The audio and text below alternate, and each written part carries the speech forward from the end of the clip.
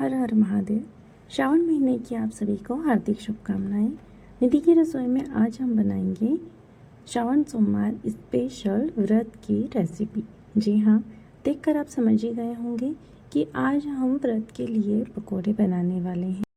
अगर आपने कभी भी व्रत के लिए पकोड़े नहीं बनाए हैं तब भी ये रेसिपी इतनी आसान है कि आप पहली बार में ही अच्छे से स्वादिष्ट पकोड़े बना पाएंगे। एक और ज़रूरी बात, क्योंकि अभी श्रावण महीना चल रहा है तो अक्सर ही हमारे घर में व्रत होते हैं, हमारा होता है या हमारे परिवार में किसी का होता है, तो हम उनके लिए फलाहार या कोई भी खाना बना रहे हैं तो हमें पूरी शुद्धता से और अच्छे मन से खाने को बनाना है। खाना जितना स्वादिष्ट होना चाहिए उतनी ही शुद्धता से बना हुआ होना चाहिए। वैसे तो हमें किचन में हमेशा ही साफ़ सफाई और शुद्धता का ध्यान रखना होता है, क्योंकि कहते हैं ना, जैसा खाए अन्न वैसा हो मन। तो हमें बहुत शुद्धता से और बहुत अच्छे मन से खाना बनाना चाहिए, चाहे हम व्रत के लिए खाना बना रहे हों या फिर हम सुबह शाम जो डेली रूटीन का हमारा खाना होता है वो बना रहे हों। लेकिन हमें अच्छे मन से और पूरी शुद्धता के साथ खाना बनाना चाहिए। लेकिन क्योंकि श्रावण महीना चल रहा है तो हमें एक्स्ट्रा ध्यान रखने की ज़रूरत है। हमें जो है हमारी सारी परेशानी और तकलीफ़ को अपने दिमाग से उस टाइम निकाल देना है जब हम खाना बना रहे होते हैं। बिल्कुल कुछ भी, किसी भी तरह की ख़राब चीज़ अपने मन में नहीं रखनी है ना। भगवान के नाम लेते रहना है, अच्छी चीज़ें सोचना है। अगर आपके पास फ़ोन तो है ही तो आप उसमें भजन वगैरह चला लो, कथाएं चला लो, वो चलते चलते आप सुनते जाओ और खाना बनाओगे तो खाना जो है वो एक पॉजिटिविटी आती है खाने में, है ना।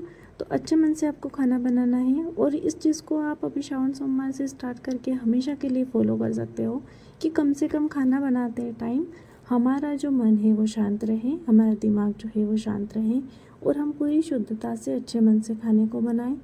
जैसे कि हमें खाना बनाते टाइम ऐसा नहीं सोचना चाहिए कि हम घर वालों के लिए खाना बना रहे हैं। हमें ऐसा सोचना चाहिए कि हम भगवान को भोग लगाने के लिए खाना बना रहे हैं, है ना। तो हम अगर भगवान को भोग लगाने के लिए खाना बनाते हैं तो कितना मन से बनाते हैं, पूरी शुद्धता का ध्यान रखते हैं, अच्छा टेस्टी बने उसके लिए भी सब कुछ कोशिश करते हैं। तो हमें वैसे ही खाने को बनाना है। अब देखिए, हम जो है अपनी रेसिपी स्टार्ट करते हैं। यहाँ पर हमने लिया है 200 ग्राम राजगीरा आटा और 200 ग्राम सिंघारा आटा, है ना। तो मैं हमेशा कहती हूँ हर वीडियो में कि अभी क्योंकि बारिश का समय चल रहा है तो हमें जो भी हम खाना बना रहे हैं उसको थोड़ा एक्स्ट्रा देखना होता है। जैसे कि अगर हम सब्जी काट रहे हैं तो हमें लाइट में ले जाके देखनी है कि कहीं उसमें कुछ है तो नहीं। तो ये सिंघारा आटा और राजगीरा आटा की जो डेट है वो तो इसी महीने का बना हुआ है, लेकिन फिर भी हमें इसे अच्छे से छलनी में छान लेना है, लाइट में ले जाके, और देखना है कि कहीं कुछ है तो नहीं, है ना। उसके बाद ही हम अपनी रेसिपी जो है वो स्टार्ट करेंगे। तो अब हमें भजिए में जो जो चीज़ें डालनी है वो हम यहाँ पर काट लेंगे। यहाँ पर मैंने लिया है पुदीना पत्ती, है ना। आपको अगर पसंद हो तो आप इसमें धनिया पत्ती भी डाल सकते हो।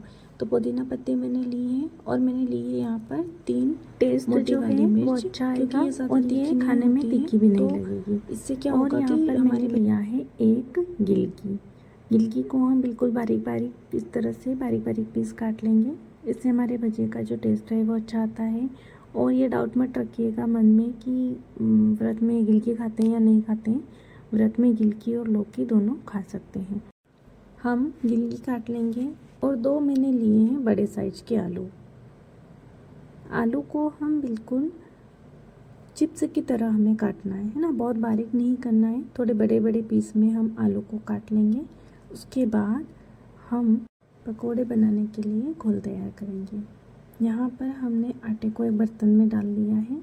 सबसे पहले हम इसमें डालेंगे पुदीना पत्ता, उसके बाद हमारी बारीक कटी हुई मिर्च, उसके बाद हमने डाली है गिलकी, आधा चम्मच नमक, लाल मिर्च पाउडर हमने इसमें थोड़ा ही डाला है क्योंकि फलाहार जो रहता है वो बहुत ज़्यादा तीखा नहीं होना चाहिए। बाकी आप अपने टेस्ट के अनुसार नमक मिर्ची का जो मात्रा है वो कम ज़्यादा कर सकते हो। उसके बाद हम इसमें आलू डालेंगे और हमें इसे अच्छे से मिक्स करना है। ये चीज़ आप बहुत ध्यान से देखिए कि इसमें पानी कब और कितना डालना है, वरना आपकी जो पकोड़े होते हैं वो अच्छे नहीं बनेंगे। तो आपको क्या करना है, पहले सूखे आटे को ही इस तरह से खूब अच्छे से मिला लेना है ताकि जो भी हमने इसमें काट के डाला है, जैसे आलू है, गिलकी है, इसमें ये अच्छे से मिक्स हो जाए और एक और बात मैं आपको बता दूं कि इस आटे में बहुत ज़्यादा पानी नहीं लगता है ना। तो इसको अच्छे से मिक्स करने के बाद हमने यहाँ पर डाला है आधी चम्मच सौंफ, जो बहुत ज़रूरी, बिल्कुल स्किप ना करें। और 3-4 चुटकी के लगभग हमें इसमें हींग डालनी है। मैंने जो भी आपको सामग्री बताई है ये आपको ज़रूर डालना है, इसमें से एक भी स्किप करने जैसा नहीं है, ठीक है। उसके बाद हमने इसमें 1 कप के लगभग पानी डालकर अच्छे से इसको मिक्स करना है। अगर कुछ चीज़ आपके पास नहीं है अवेलेबल तो उसको छोड़ दीजिए, लेकिन अगर है तो फिर आप उसको ज़रूर डालिए, है ना। तो इस तरह से आपको इसे अच्छे से मिक्स करना है। और 1 कप पानी डालने के बाद थोड़ा सूखा रह गया है तो 1 कप के लगभग मैंने फिर पानी डाला है। आप जब इस तरह से ये घोल रेडी करें तब धीरे धीरे पानी डालें, इसमें बहुत ज़्यादा एकदम से पानी नहीं डालना है, वरना हमारे जो पकोड़े होते हैं वो ठीक से नहीं बनते हैं। इसका जो घोल है वो थोड़ा टाइट ही रहना चाहिए, जैसे हम बेसन का घोल रखते हैं ना वैसा नहीं रख सकते इसको। और हमें ऑयल किस तरह की फ्लेम पर रखना है, कितना गर्म करना है, वो बहुत ज़रूरी चीज़ है। तो पहले आप इसको किस तरह से घोल तैयार करते हैं वो समझ लीजिए। एक बार पूरी रेसिपी आप अच्छे से देख लीजिए तो फिर आपको बार बार कोई परेशानी नहीं होगी। और एक बहुत ज़रूरी चीज़ है जो हमने इसमें डाली है, वो है हमारे आधी कटोरी के लगभग मूंगफली के दाने। ये दाने हमें कच्चे ही पीसने हैं और इस तरह से इसको इस घोल में डाल के हमें अच्छे से मिक्स करना है। इसमें आप पूरे दाने भी डाल सकते हैं, लेकिन मैंने इसको पाउडर को डाला है, लगभग आधी कटोरी के लगभग है ये। इससे क्या होगा, हमारे पकोड़े का जो टेस्ट है वो बहुत अच्छा आता है और पकोड़े एकदम क्रिस्पी बनते हैं। आप भी अपने घर पर इस तरह से पकोड़े एक बार ज़रूर बनाएं श्रावण महीने में, और फिर देखना जो बेसन के पकोड़े होते हैं वो खाना भूल जाएंगे आपके घर वाले और इस पकोड़े की फरमाइश करेंगे। तो हमें थोड़ा थोड़ा पानी डालते हुए इस तरह से इस घोल को बहुत अच्छे से मिक्स करना है और उसके बाद इसको 5 से 10 मिनट के लिए हमें रख देना है।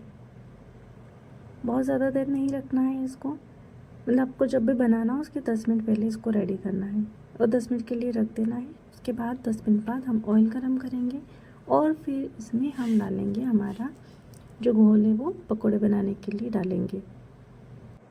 अब देखिए, इसमें बहुत ज़रूरी बात ये भी है ध्यान रखने वाली कि इसमें हमें ऑयल को बहुत तेज़ गरम करना है। अगर हम कम गरम हुए ऑयल में भजी बनाएंगे तो क्या होता है कि ये जो घोल है ये नीचे चिपक जाता है और पकोड़े जो है ठीक से नहीं बनते हैं। तो बहुत ज़रूरी है कि आप ऑयल को बहुत अच्छे से गरम करें और बाद में भी गैस को मीडियम फ्लेम पे हमें चलने देना है। लो फ्लेम पे अगर हम बनाते हैं ये, तो लो फ्लेम पर बनाने से क्या होता है कि घोल जो है वो नीचे चिपक जाता है और पकोड़े बिल्कुल भी ठीक से नहीं बनते हैं, है ना। तो हमें पहले इसको अच्छे से गर्म करना है, फिर मीडियम फ्लेम पर चलने देना है। और देखिए बन के तैयार है हमारे व्रत वाले पकोड़े। बहुत इजी रेसिपी है, 15 से 20 मिनट में कुछ ही चीज़ों से आप इस तरह से बना सकते हैं पकोड़े, है ना।